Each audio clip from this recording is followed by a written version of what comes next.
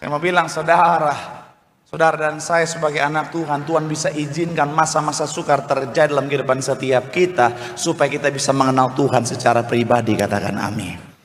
Karena seringkali ketika masa-masa yang nyaman, zona yang nyaman, ada banyak anak Tuhan, jangankan mau kenal Tuhan, ingat Tuhan aja tidak, saudara.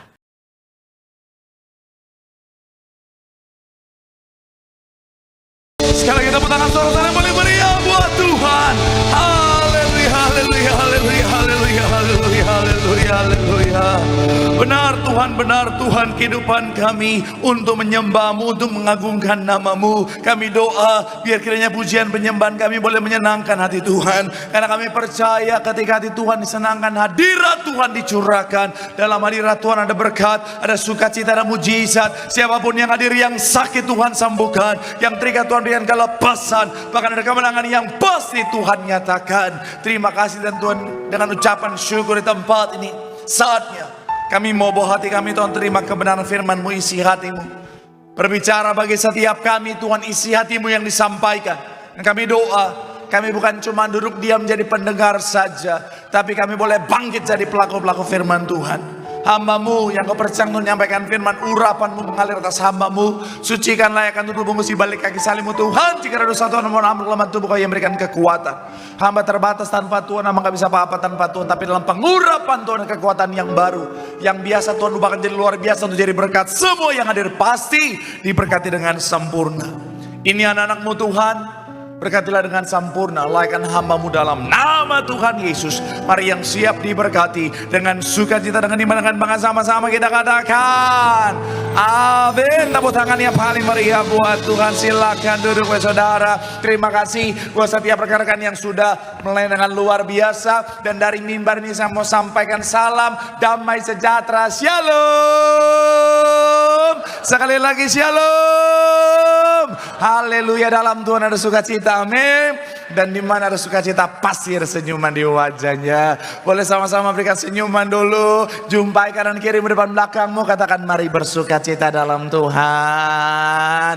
Haleluya. Minimal 2-3 orang kiri kananmu depan belakangmu dengan senyuman yang paling manis. Sukacita Tuhan luar biasa tercurah bagi setiap kita. Haleluya, haleluya. Bilang sama kanan kirimu, dalam Tuhan ada sukacita. Bilang sama yang ngomong senyumnya mana.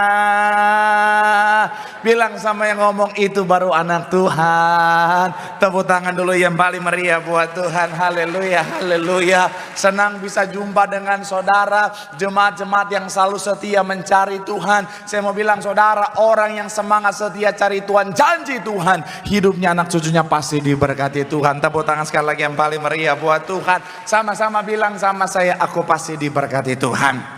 Anak cucuku pasti diberkati Tuhan. Bilang kanan kirimu, kamu juga pasti diberkati Tuhan. Bilang sama yang ngomong, kamu luar biasa. Bilang sama yang ngomong, semangat. Tepuk tangan yang paling meriah buat Tuhan. Haleluya, haleluya. Dan pesan saya buat bapak saudara yang punya anak usia sekolah minggu, bawa mereka ke sekolah minggu saudara.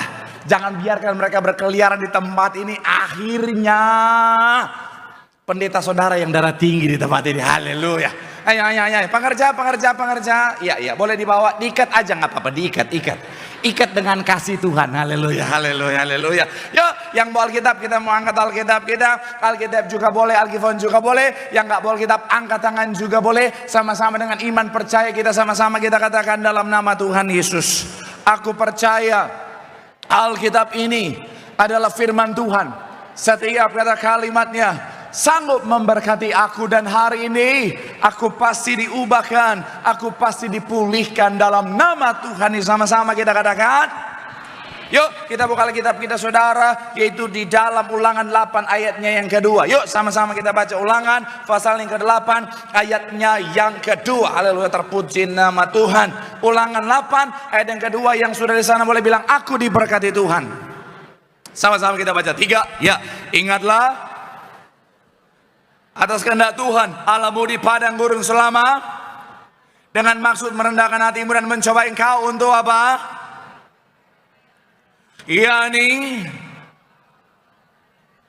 Bagian awal dikatakan apa saudara? 3. Iya, ingatlah kepada seluruh perjalanan yang kau lakukan atas kehendak Tuhan Allahmu di padang gurun selama berapa lama?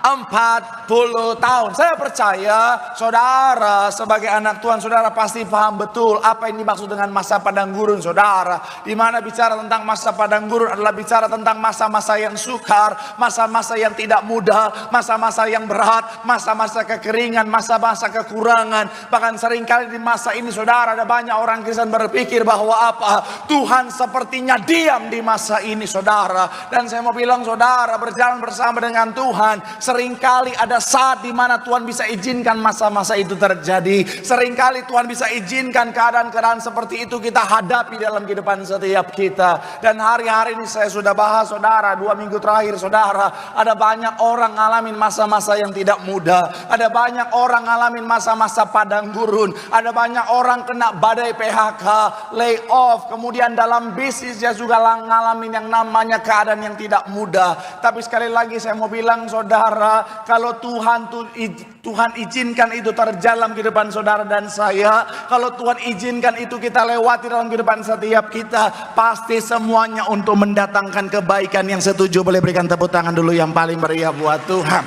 Sama-sama bilang sama saya, kalau Tuhan izinkan. Sama-sama bilang sama saya, pasti untuk kebaikan. Amin. Kemarin ketika akhir tahun 2024 masuk tahun yang baru tahun 2025, Indonesia adalah negara paling optimis di dunia saudara, di mana masyarakatnya sangat optimis. Tetapi memang sekali lagi saudara, beberapa bulan terakhir ada banyak perubahan. Akhirnya apa? Ada banyak orang jadi pesimis saudara. Ada banyak orang ketika disurvei jadi pesimis. Tapi sekali lagi saya mau bilang saudara, mungkin hari-hari ini saudara ada banyak orang tidak mengerti. Maksudnya apa? Bicara tentang masa sukar Tuhan izinkan. Saya mau bilang saudara, ada banyak anak Tuhan mulai berpikir, apa maksud semuanya ini? Saya sudah hidup dalam Tuhan, saya sudah melayani Tuhan, saya sudah hidup seturut dengan firman Tuhan. Kenapa saya ngalamin situasi seperti ini? Saya mau bilang saudara, sekali lagi anak Tuhan harus paham dengan betul apa tujuan Tuhan di balik semua ini. Supaya apa? Supaya kita nggak kecewa sama Tuhan, supaya kita nggak negatif thinking sama Tuhan. Dan saya mau bilang saudara, ketika semua itu kita mengerti, maka akhirnya apa saudara? Kita akan tetap setia kepada Tuhan. Makanya hari ini saya akan ajak saudara untuk membahas satu tema khotbah, tujuan Tuhan mengizinkan masa padang gurun. Sama-sama bilang sama saya, tujuan Tuhan. Sama-sama bilang sama saya, mengizinkan masa padang gurun.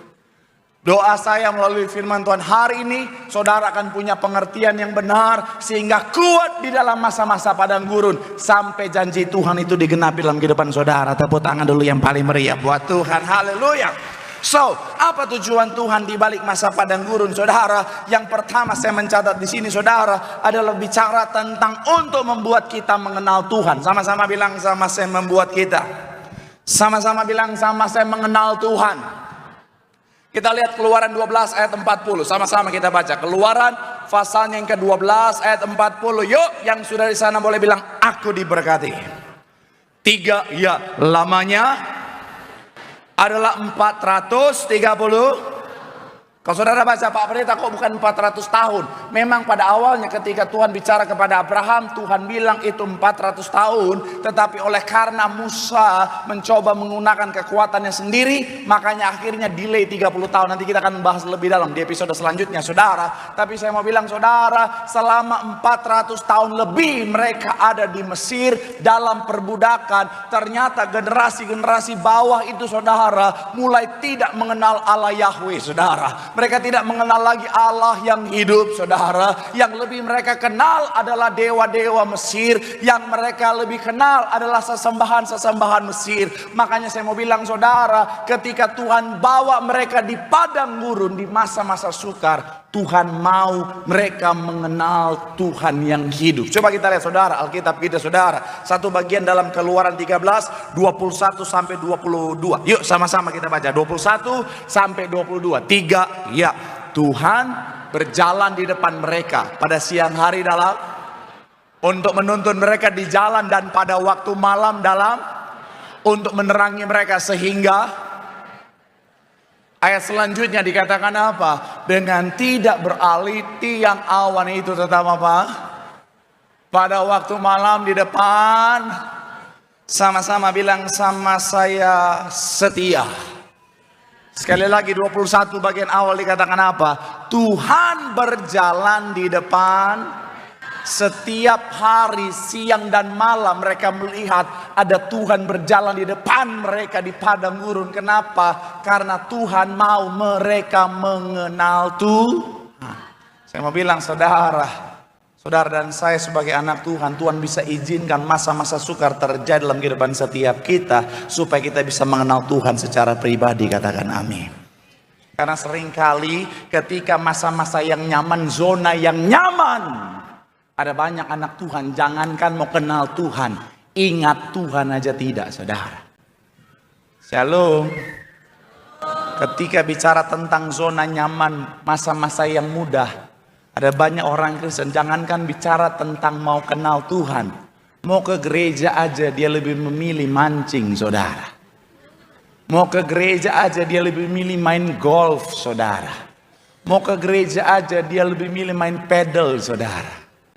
Tapi sekali lagi saya mau bilang saudara, ada banyak anak Tuhan ketika zona nyaman, jangankan mau kenal Tuhan, mau doa aja enggak, saudara. Makanya sering kali Tuhan izinkan masa-masa sukar supaya kita bisa mengenal Tuhan di sana, saudara. Makanya Ayub bilang begini, saudara, di dalam Ayub 42 ayat 5 dikatakan begini, saudara. 3, ya, hanya dari kata orang saja, tetapi sekarang apa? Sekali lagi saudara, 3, ya, hanya dari kata orang saja aku mendengar tentang engkau, tetapi sekarang mataku sendiri memandang. Kapan Ayub melihat Tuhan dengan matanya sendiri? Ketika dia ngalamin masa-masa sukar. Karena saya mau bilang saudara, biasanya di masa-masa sukar ada banyak orang ninggalin kita, betul ya?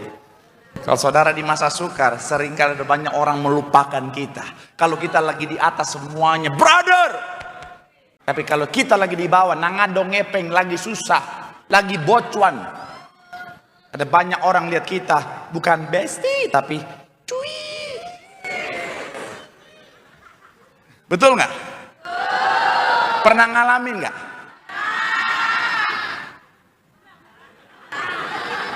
Saya curiga yang depan pelaku bukan korban.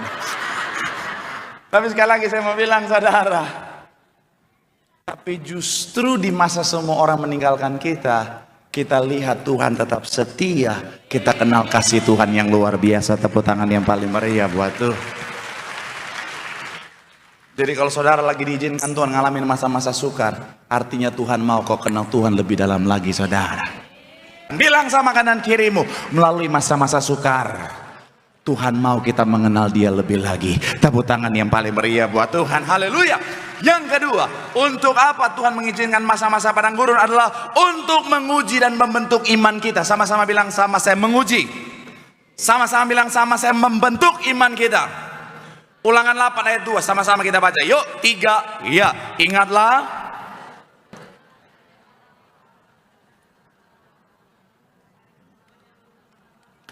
Dan mencobai engkau untuk apa?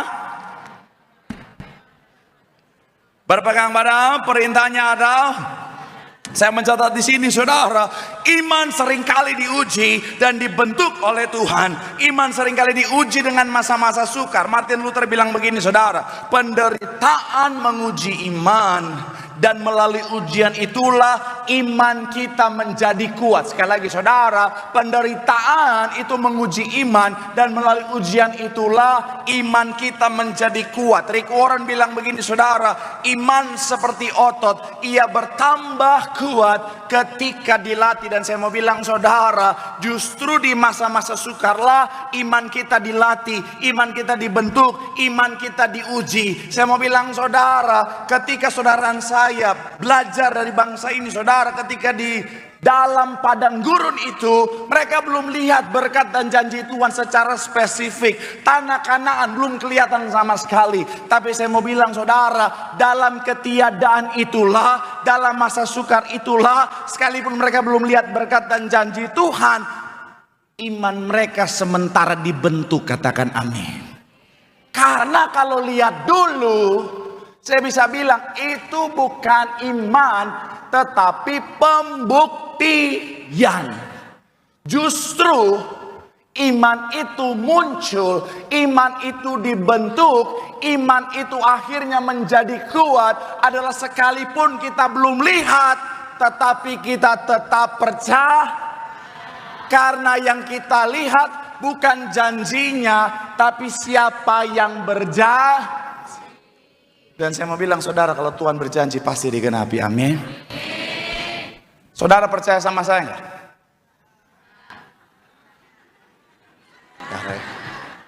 Cuman jemaat di sini yang nggak percaya pendetanya, darah Yesus. Pendeta ngomong amin, tapi tanya percaya enggak? Enggak. Saudara percaya saya atau tidak? Hah? Percaya atau? Ada enggak saudara yang berani ke rumah makan Padang depan bayar pakai tisu? Ini analogi yang memberkati saya. Ada nggak saudara yang ke depan tuh ada rumah makan depan, rumah makan Padang atau rumah makan Manado campur Batak, itu ada dua tuh. Saudara ke depan, saudara bilang, Pak, saya pesan makanan, saya bayar pakai tisu ini. Ada yang berani? Boleh angkat tangan. Ada Pak? Boleh maju pada Pak? Tim saya boleh bantu Bapak kita untuk naik ke depan? Halo Pak, silakan Pak. Nggak apa-apa, silakan. Pak, dari semua orang ini Pak, saya minta untuk bayar pakai tisu. Kenapa Bapak percaya sama? Kenapa cuma Bapak yang mau dan kenapa Bapak percaya? Saya percaya karena lagi bawa firman dan pasti bisa bayar pakai tisu.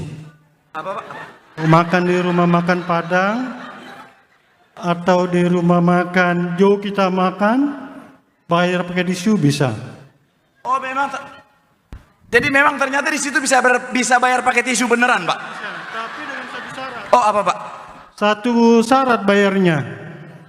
Bayarnya 1 truk tisu. Gini Pak ya. Kan yang saya minta, siapa yang percaya bayar pakai tisu ini, angkat tangan. Kenapa sekarang minta tisu 1 truk Pak? Karena kalau bayar 1 lembar gini, otomatis bisa bermasalah.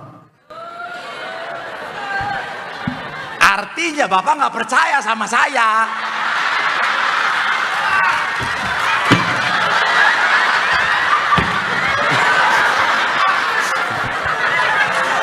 Dari hal ini kita bisa belajar, jangan berharap pada manusia. Dari Bapak percaya atau tidak? Berarti tidak. Satu truk berarti ya. Oke, sampai ketemu episode selanjutnya. Terima kasih Pak, Tuhan memberkati.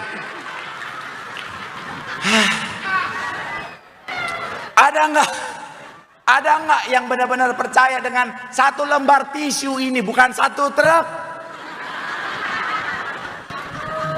Beli makan di depan, bayar pakai 1 tisu ini. Ada Bapak, anak muda, percaya? Bukan 1 truk lagi ya. Saya cabut kumisnya nih. Halo, perkenalkan namanya siapa? Joseph. Joseph percaya kalau saya suruh beli, bayar pakai tisu ini, ambil makanan di depan, bayar pakai tisu ini? Ini yang nyuruh pendeta berarti ya? Iya, saya yang suruh. Sebagai pendeta. Masa sebagai boy band? Perasaan saya kok nggak enak ya. Saya udah kecewa sekali nih. Oke. Kalau menurut saya, kalau yang memang pendeta yang nyuruh, nggak mungkin dia akan menyuruh untuk hal yang mencelakai jemaat gitu. Jadi pasti ada dasar dari kenapa harus dibayar pakai tisu. Ada apa? Ada yang harus saya cari tahu dari tisu yang diberikan untuk membayar itu gitu. Jadi nggak mungkin cuma sekedar kasih tisu untuk ngelakain gitu, bikin kita malu depan umum gitu sih. Betul. Jadi Yosef percaya sama saya, bayar pakai tisu. Percaya. Hah? Percaya. Percaya? 100%? 100%. Yosef ke depan, bayar pakai tisu. Yang mana? Hah? Pilih, mau restoran situ, pilih aja. Bayar pakai tisu, bilang, ini pendeta yang suruh. Intinya kalau memang disuruh seorang pendeta yang nyuruh, nggak mungkin mau mempermalukan jemaat atau mencelakakan jemaat, gitu dong. Pasti ada dasarnya. Pasti ada dasarnya. Artinya dia percaya, dia beriman. Jadi mau pergi beli nih. Nanti kalau Saya bilang disuruh Pak Pendeta gitu.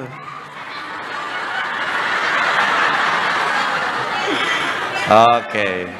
Tapi saya hargai dari semuanya ini percaya kita katakan. Yang di sana nggak kelihatan katanya. Oke. Jadi sekali lagi, sekalipun secara logika nggak masuk akal, masa pakai tisu? Tapi ternyata yang dia lihat karena yang nyuruh pendeta, betul ya Yosef? Iya. Oke. Sekarang Yosef, lihat tisunya, lap ke muka. Enggak, saya belum pakai, yang itu saya belum pakai. Sekarang buka tisunya Yosef. Yang foto airdrop nanti ya. Angkat Yosef.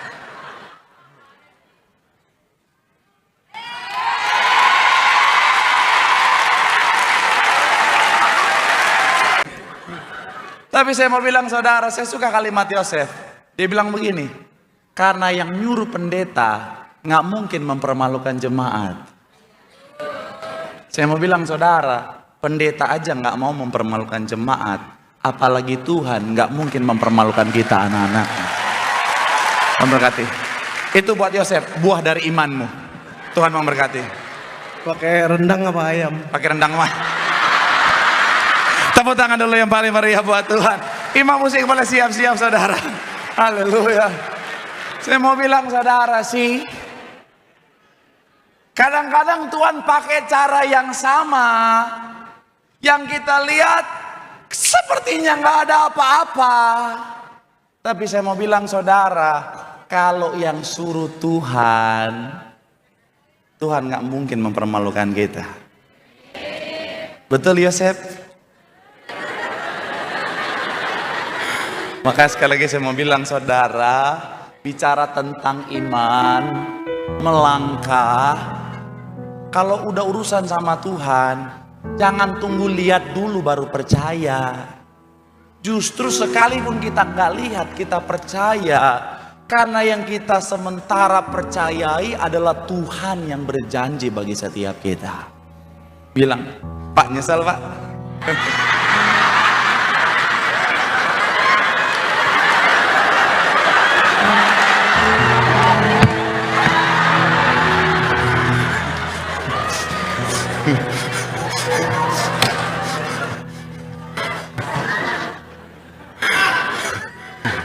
Bilang sama kanan kirimu, kuatkan imanmu. Tuhan yang berjanji pasti menepati. Tepuk tangan sekali lagi yang paling meriah buat Tuhan. Haleluya. Dan yang terakhir, yang ketiga, untuk mengajarkan kita kerendahan hati dan kebergantungan sama Tuhan. Sama-sama bilang sama saya kerendahan hati. Sama-sama bilang sama saya bergantung sama Tuhan. Saya akan cepat di poin ini saudara. Adalah begini. Bicara tentang kebergantungan kita sama Tuhan, kerendahan hati pasti, karena kerendahan hati akan membawa kita kepada apa yang Tuhan siapkan, yaitu apa promosi yang Tuhan kerjakan. Karena ketika sombong, kita bisa ngalamin kejatuhan. Kemudian kebergantungan sama Tuhan punya makna begini saudara. Kalau saudara perhatikan ayat ini, Keluaran 16 ayat 4 bilang begini saudara. Lalu berfirmanlah Tuhan kepada Musa, sesungguhnya aku akan menurunkan dari langit hujan roti bagimu, maka bangsa itu akan apa? Tiap-tiap hari sebanyak yang perlu untuk sehari. Saya mau bilang saudara, Tuhan bisa siapkan berkat untuk sebulan, Tuhan bisa siapkan berkat untuk seminggu, tapi Tuhan siapkan untuk setiap hari, supaya mereka belajar setiap hari bergantung sepenuhnya kepada Tuhan. Saya mau bilang saudara, Tuhan mau kita bergantung sepenuhnya sama Tuhan. Makanya seringkali Tuhan bisa bawa saudara dan saya, ketika kita mengandalkan yang lain, Tuhan izinkan kegagalan demi kegagalan. Tuhan bawa ke padang gurun supaya mereka nggak bisa mengandalkan apapun siapapun selain Tuhan. Karena Tuhan tahu mengandalkan yang lain selain Tuhan ujung-ujungnya kebinasaan. Biar lengkap, saudara yang hadir minggu lalu pasti tahu analogi ini. Tim saya silakan. Ada banyak orang Kristen ketika hadapi masalah tantangan persoalan yang muncul pertama kali, siapa ya yang bisa saya mintain tolong? Yang muncul pertama kali adalah apa? Koneksinya kah? Jabatannya, keuangan kah? Bisa nggak kita andalkan semuanya itu? In some point bisa, ya kan? Ada saat dimana kita bisa andalkan, ada orang-orang yang bisa diandalkan. Tapi kalau kita mengandalkan manusia sampai kapan? Ayo tim saya mana kok hilang? Tim saya aja nggak bisa diandalkan. Nah, padahal dia yang saya harapkan bisa diandalkan. Tapi gini-gini dia bisa diandalkan, betul kan? Minggu lalu kan kita bilang kan yang gini.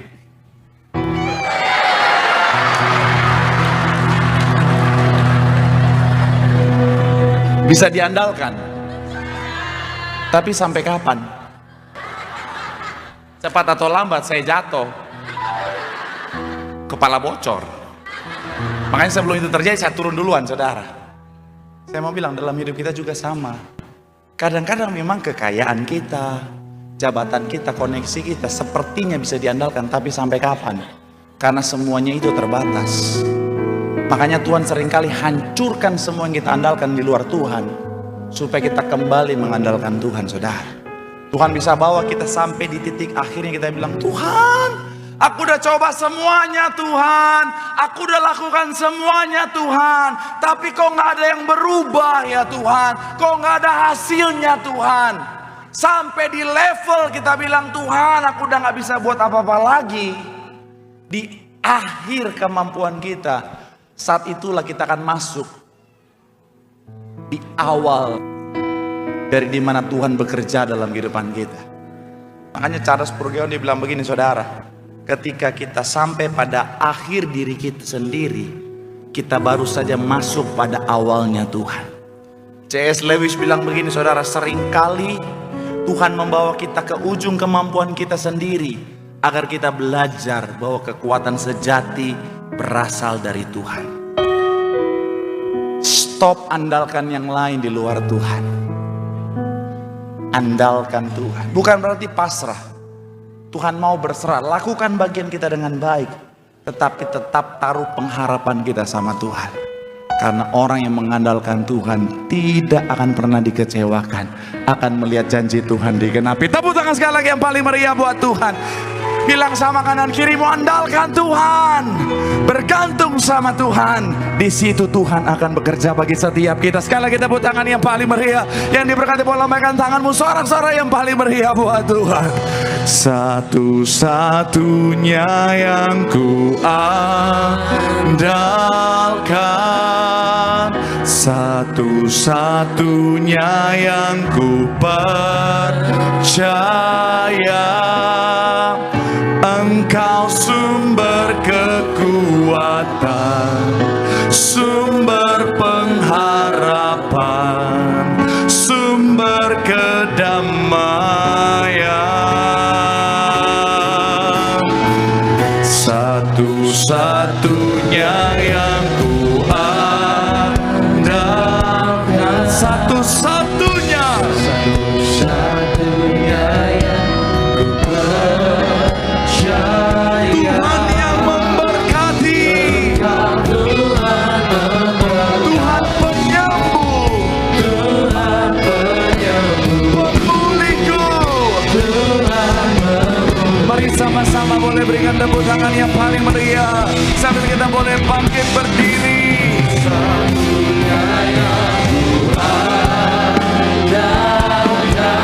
Satu-satunya, satu-satunya yang ku percaya, Engkau